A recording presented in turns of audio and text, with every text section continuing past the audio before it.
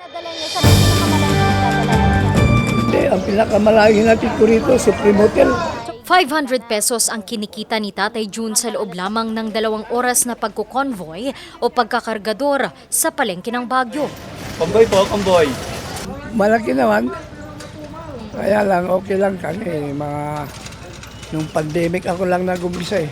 Hanggang alas 6 ako, minsan 5-6, gano'n. 500, 600 na yun, gano'n.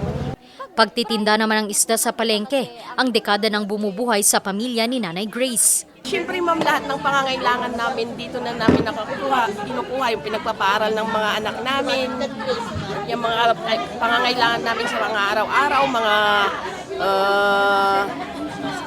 gamot ng mga magulang namin, dito na rin namin nakukuha. Kaya malaking tulong sa amin ng market.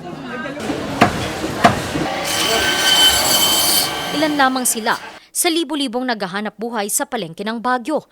Kaya't laking tuwa nila nang mabalitaan na umatras ang SM Prime Holdings Incorporated na pamunuan ang rehabilitasyon ng palengke. Pangamba kasi ng mga ito, tumaas ang kanilang upa o di kaya'y mawalan na ng pwesto at pagkakataong maghanap buhay. Okay lang sana kung yung market lang ang i-develop dito, walang commercial building ang SM. Pero kasama kasi mayroon silang commercial building, pagkatapos mayroon silang stories na parking area. May chicken, sir.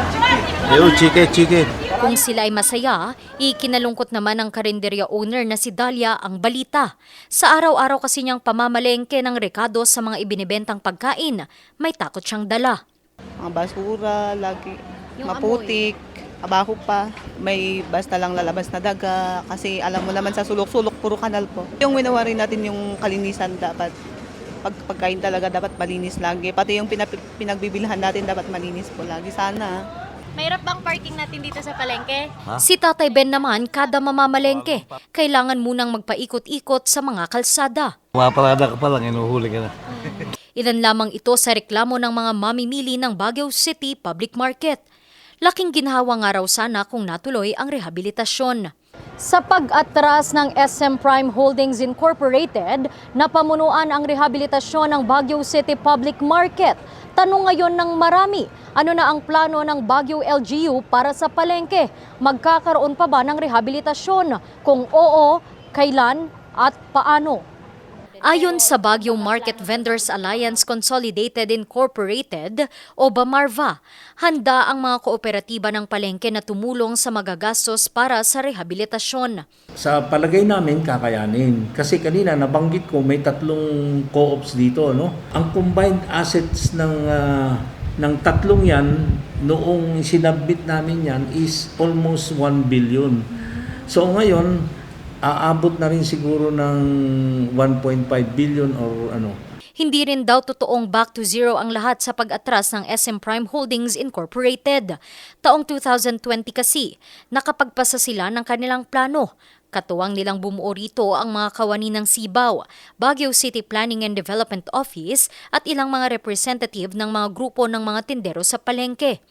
Kung titignan ang kanilang planong magiging itsura nito, pansin ng iba, tila mukha rin naman daw itong mall gaya ng nauna ng plano ng SM Holdings Prime Incorporated. I-improve yan. Yung mall kasi ano yan more, hindi lang yung physical structure kundi yung business, yung interaction ng mga tao, yung tinatawag nilang commons. Public place kasi ito eh. Siguro kung itinayo ng isang developer sa isang private area, wala tayong magagawa. Sa kanila yun eh. They could do anything with it. Pero ito kasi public.